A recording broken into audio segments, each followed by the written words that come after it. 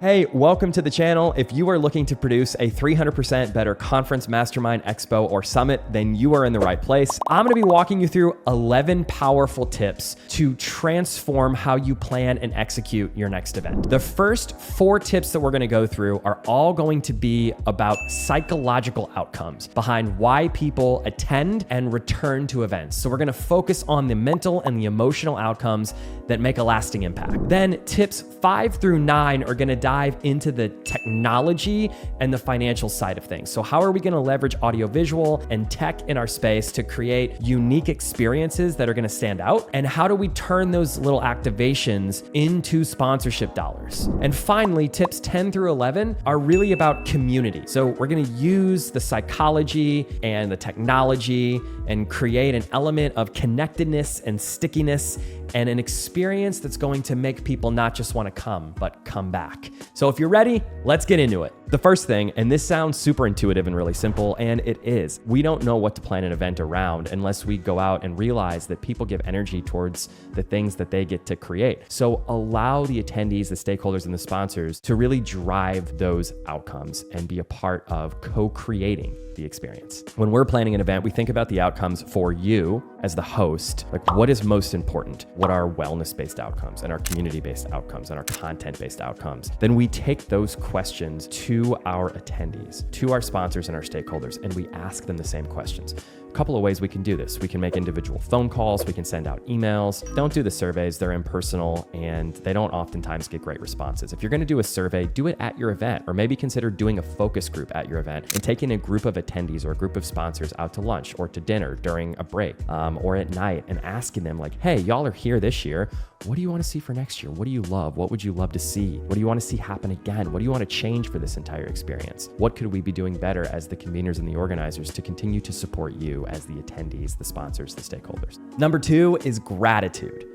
So from my own personal experience, there was a particular speaker at an event that I attended, and he blew everyone away, and I wanted to stand out. I obviously don't have enough money to pay this person to spend 60 to 90 minutes with me, but can I stand out in a way where that speaker might be encouraged to be like, wow, that person's different. They're unique. They went above and beyond and did something that really mattered to me. And so I'm going to give them the gift of my time. He talked about how important his car was to him. So I called a friend of mine and I had the speaker's car completely detailed, buffed and waxed and ceramic coated and all the things. I got a call from that speaker's executive assistant not 24 hours later, putting a time for us to connect on the calendar. I flew to Chicago. The rest is history. He's been a business mentor of mine ever since. And so we don't always have to spend a lot of money to express how much we appreciate someone and stand out to them so that we stand out in a sea of sameness. So what can we do at our events to our attendees, to our sponsors and stakeholders to make them feel deeply appreciated and loved on? And it sounds, again, super simple and intuitive, but it's oftentimes a step that just gets missed. I simply share this as an anecdotal experience on something that I did, a small gesture, a token of appreciation that cemented a forever relationship with a speaker that I wanted to spend more time with. And so maybe it's personalized thank you cards to attendees. Maybe it's grabbing your phone and recording 20 to 30 second sound bites thanking people for attending your event. I don't know what that is for you. I just think it's something that is under-leveraged and underutilized in our communities and as a business building strategy. So scale gratitude and scale joy as a part of your event planning process. You're going to find that people are going to show up for you in different ways. Number 3 is understanding the importance of psychological safety. Imagine you're walking into a conference right now with 1,000 strangers. We are all going to be asking some version of the following 2 questions. Am I safe and do I belong?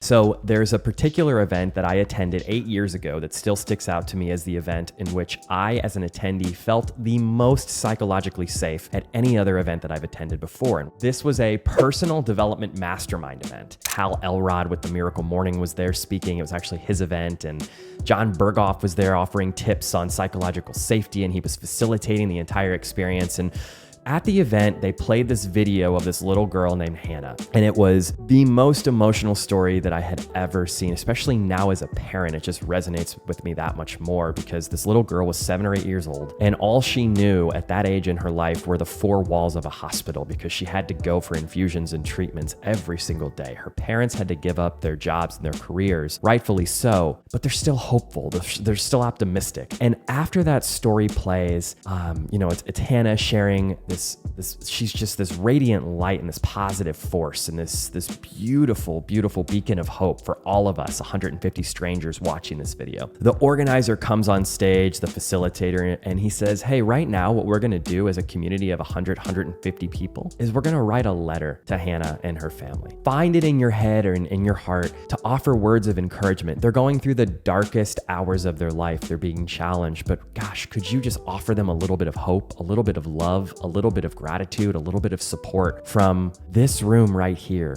150 strangers who are now going to be a part of their family when you extend these offerings of love and encouragement. So we did that. And then after that, we paired up in small groups. And by the way, the community was supercharged because we felt so empowered and so invigorated that not only did we just write these letters loving on Hannah and her family and offering them hope and support from a community of people who were strangers 5 minutes ago. What they also did right before we wrote letters, they did a paddle raise for the charity to fundraise for Hannah's wish. Do you think we raised enough money for Hannah? Yeah, we absolutely did. And we surpassed it. So we made another wish come true. And after we fundraised for Hannah and we wrote these letters, we broke up and paired up into small groups. And we thought collectively as groups, how do we make more wishes as a community for people like Hannah come true? And that community was supercharged and empowered and invigorated. And we could have done anything together because we were literally vibrating with a higher purpose. That is how psychological safety is created at an event. It's not just about connecting people to the mission or to a keynote or to information. It's about connecting them to purpose and meaning beyond the stage. It's about connecting people to each other. In the interest of unpacking psychological safety, number 4 is to get a facilitator. That entire experience that I just spoke of happened because there was a person on stage facilitating this super intentional, connecting, beautiful, emotional experience. And that was the exchange approach. They've helped us facilitate. I've been an attendee at events that they've facilitated. We've also brought them on to facilitate for our clients and partners and friends. And so in the past, one of the biggest mistakes that we made before we knew of facilitation was thinking that a keynote speaker was going to be the main draw, the reason why people would come and want to come back. And there is some truth to that, right? A great keynote speaker can be a wonderful draw, but the reason people come back to events is informed by something much deeper. If we as event conveners and organizers don't understand the critical role that psychological safety and neuroscience plays in our events and ultimately attendee and stakeholder outcomes, then we won't truly understand how to bring our audiences online so they can learn what they need to learn and connect with each other in a way that they need to connect with each other. It's really about creating a stickiness in the community. And that can truly only come from having a facilitated experience where people get to turn to each other and get to work in groups in the way that we did, as I explained earlier in this video. And those outcomes don't often happen when we just have a sage on the stage who's lecturing, 45 to 60 minutes about their wisdom. One of the things that I've learned in producing a number of events and being in business for 20 years producing events is that oftentimes the wisdom lies on the other side of the stage. So how empowering is it to bring the voices and the intelligence of the collective into the room and have them work together on something, some facilitated workshop or an experience where they get to turn to each other and then bring their wisdom into the space. So you might be asking yourself, okay, cool, can we do both? Can we have a keynote speaker and a facilitator? And the answer is yes. And the way that we've seen this work really well in the past is you have your 45-minute presentation from your keynote speaker, and then you have the facilitator come on stage and help the audience reflect and integrate all of the things that the keynote speaker just shared with them. So an example of that might look like facilitator gets on stage and asks the audience, what's something that you've learned that you're going to take back and implement into your business or into your personal life? And then maybe they ask another question, what's the greatest gift that the speaker just offered you. The amount of times that I have seen a speaker like reflect back to the audience after they share the greatest gift, the speakers will reflect back and say, you're the only audience. I've spoken on thousands of stages. This is the only community and the only audience that has ever reflected gratitude back to me. The reality is that keynote speaker is going to step off your stage, jump on a jet, and go to another stage. They're going to remember your event as one that was uniquely special. And when you ask them to come back a couple of years down the road, of course, they're more likely to say yes because you made them feel appreciated. So that is one of many ways you can incorporate a facilitator into your event. You have your keynote speaker, that 45-minute session. Then you spend 15 minutes having your audience integrate, process, and reflect on some type of purpose question. Okay, so now we're gonna dive more into the tactical tips and tricks, getting into the nitty-gritty. Number 5 is sponsorship activations. We've never heard a conference organizer or convener say that they want to raise less money from sponsors. And so how do we do it in a way that's super intentional, that activates the sponsors, that gets them involved in the experience beyond just passively printing their logo on a program or blasting them out on social media, which isn't really exciting. One of the ways we've seen that done exceptionally well is by offering the sponsor an opportunity to step on a sponsorship stage, whether that's in the exhibitor room or in a special breakout room, where they can give short presentations about their product or their service and how it might benefit the attendees. That is something that sponsors will pay for. Now, if you want to take it one step further, you can have their sessions recorded and send them back to the sponsors so they can then use those sessions as promotional sales material moving forward beyond your conference. And of course, they're going to thank you for that because they're going to repurpose that material again and again and again. The second thing that you can do are digital vertical screens sort of peppered throughout the venue or placed throughout the venue that are showcasing your sponsors in unique ways. Maybe there's wayfinding signage on those digital screens, showing your sponsors.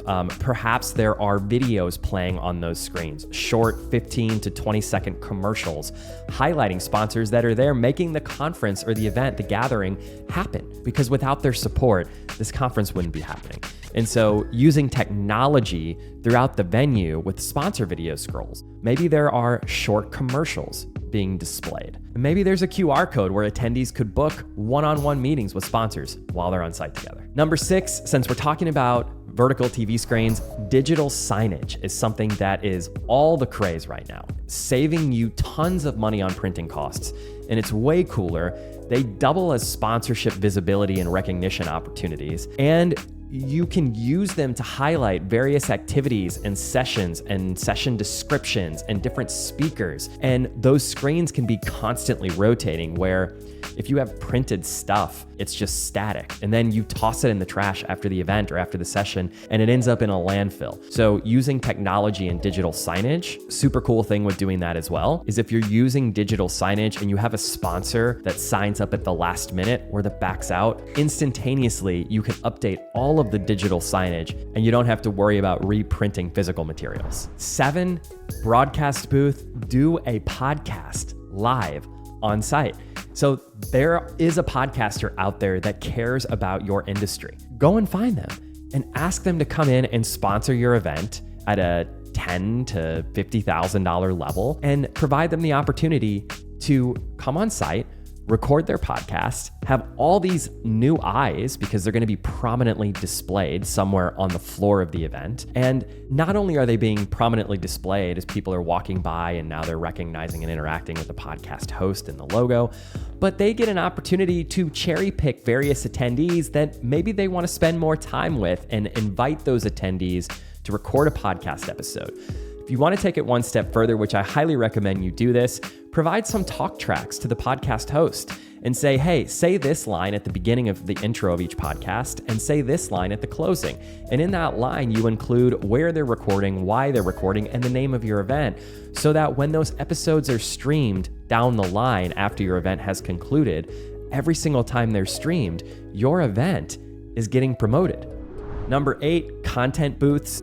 Cvent just released an article, and the article talks about all of the different ways that you could be recording content at your events. And what do sponsors want more of? They want more content, of course, because they want to be able to promote that their business was at your event, active, connecting with attendees, and then be able to tag all of those attendees to create more network equity, to hopefully drive engagement online. And so one of the ways you might be able to do that is do exactly what I'm doing here, but offer this at your event. And instead of doing it in the podcast format like we just talked about, maybe you're doing it in a way where sponsors can come in and do a 15 to 30 second plug of what they're learning and why their company is supporting, and then offer that back as a piece of content to your sponsor or the attendee that walks into the booth. And if you want to take it one step further, this entire content booth can be offered as a sponsorship. Number 9, y'all, in-event surveys.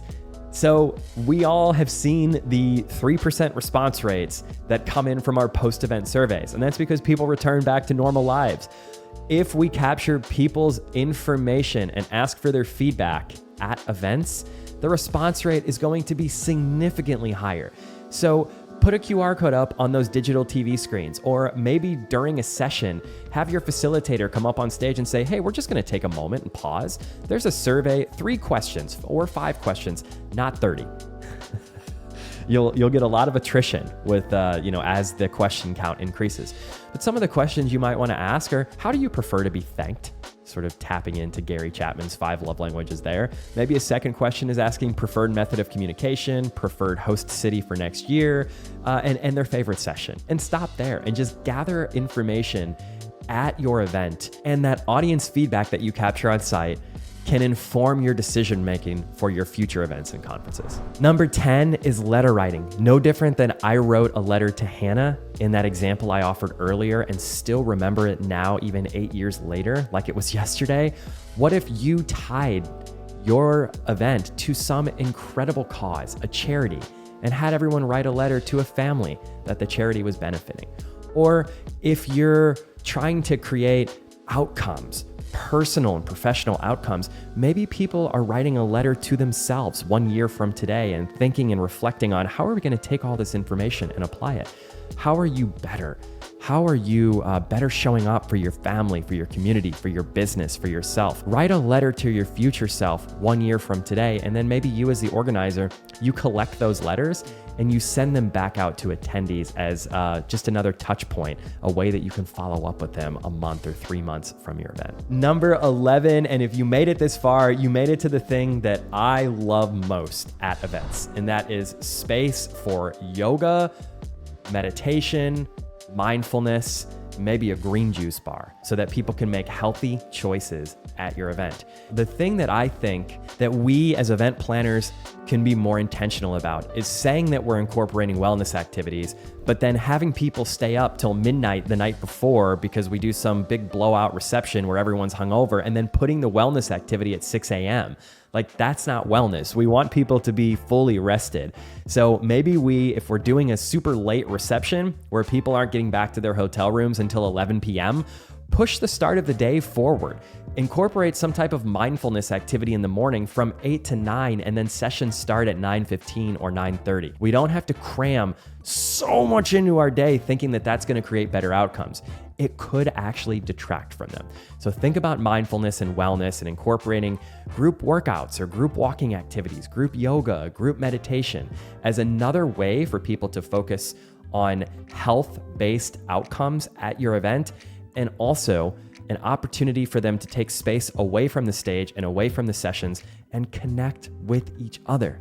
And I don't know about you all, but when I'm at a conference and I'm doing yoga and I look to my right and I look to my left and I see other people like sweating through it and smiling through it, and we're leaning in and we're stretching and we're bending and we're meditating and we're moving and we're strengthening and we're lengthening, there's such solidarity and community in that. We're like, I just want to go to these 20, 30, 50 other people and like high five them and love on them. And so we're not just doing wellness activities. We are also creating the space for bonding and community. All right, that's it. That's how to make your conference 300% better. Hey, do me and yourself a favor. Subscribe to the channel. There's a lot more content like this in the works.